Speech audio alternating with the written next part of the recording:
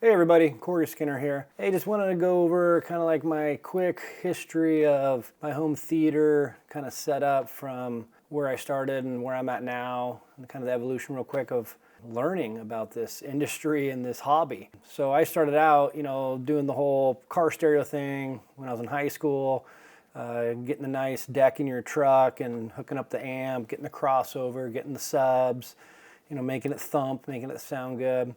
Really at a young age realized the importance of amplification, right? You take those, Toyota pickup 6x9s and you hook up some juice to them, an amplifier, that thing's gonna rock, right?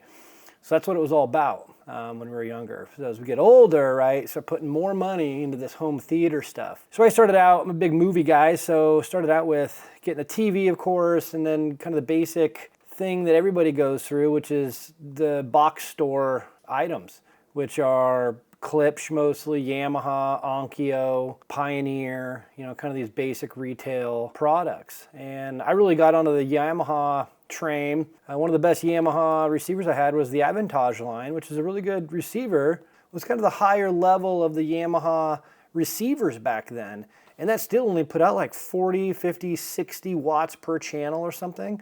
And now you're talking about taking that and hooking it up to a 5.1 system, 5.2, 7.1, 7.2 system. And that thing just does not have enough amplification. Yeah, if you have speakers that have high sensitivity, takes less amplification to drive those, sure. But again, as this hobby grows in you, you want better and better, and you want to move up, take your weakest link, upgrade it.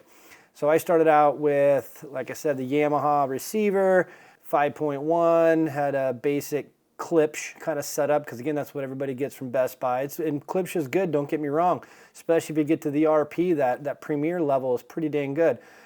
But I had a center channel, had my two towers for my front and left, and then two rears. Pretty good system.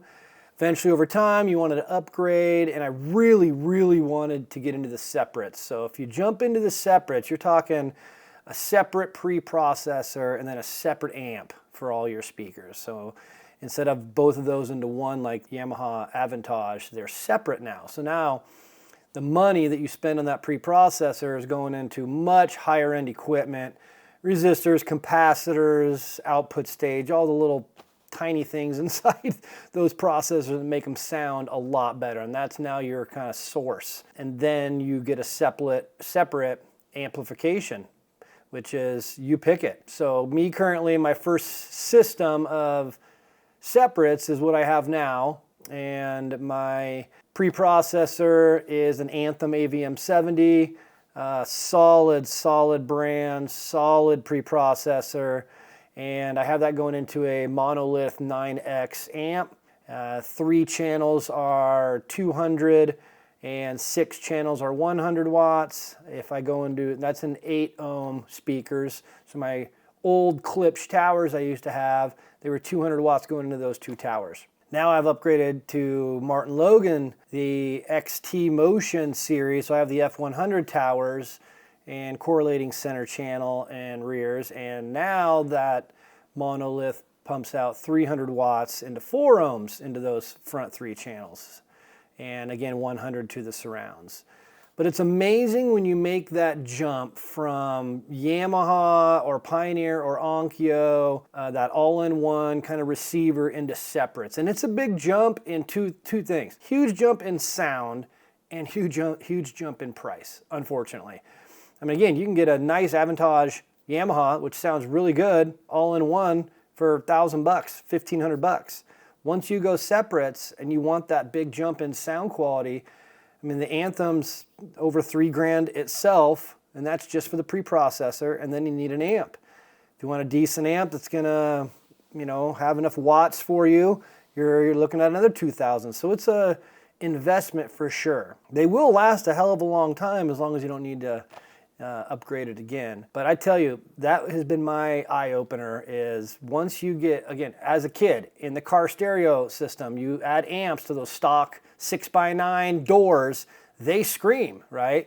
Stock, they sounded fine. But as soon as you add an amp to it, thing freaking crushed it. Add a crossover in there, crushed it. So again, home theater, same scenario. Yeah, you have the Klipsch, running off your Yamaha Avantage or Pioneer or Onkyo receiver, pumping out a minimal 50 watts per channel there, it'll sound fine and it's adequate.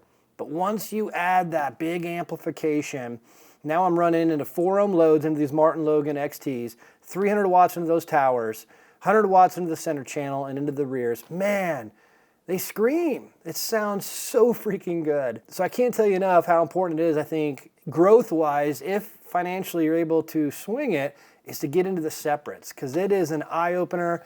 And then once you get into the separates, you can switch out things. So if you put a lot of money into your preprocessor and that's your main stake, you know, you can get a cheaper amp, or you can get a more expensive amp, or you can get monoblock amps and do a separate amp for each tower, or a 3-channel amp for your left, center, right, and then just a cheaper amp for your surrounds. I mean, there's so many different ways to go, but when you have that basic all-in-one receiver, you can't do any of that unless you have pre-outs on the back of those, which, you know, I think some of the Samsung, or maybe it's Denon has some of the receivers that have some pre-outs. But again, once you're gonna go pre-outs, you might as well save some money and get into the separates, because that's just where it's at. That's the next level. And if you're already thinking that, it's probably best to just save some money and wait to buy some separates, you know, pre-processor and then an amp. Because I tell you, that's the way to go.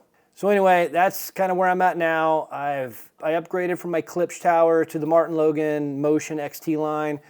They frickin' sound sweet. I am now currently trying to switch out my surround sounds, I have 2, if you can see them in the back, I don't know if you can, but I have 2 front elevation Klipsch speakers, and I had 2 rear Klipsch surrounds, but I've switched those out with the surrounds for Martin Logan, the MP10s, and I'm gonna switch those fronts out with the MP10s as well. So everything will be on the same sound stage, same sound signature, I guess you can say, for my home theater. I've been playing around with my 2-channel setup. It is very difficult to set up a 2-channel into your home theater.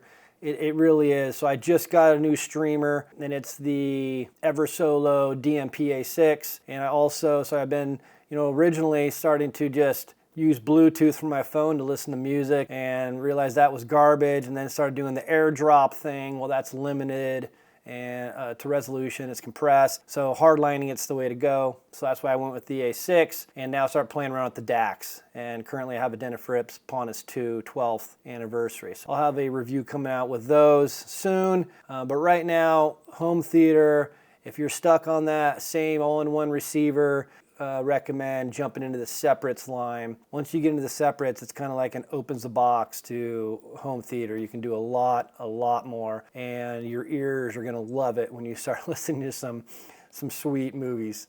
Anyway, thanks for watching, guys. If you have any questions, go ahead and comment below. Please subscribe to the channel if you like any of this content. Peace out.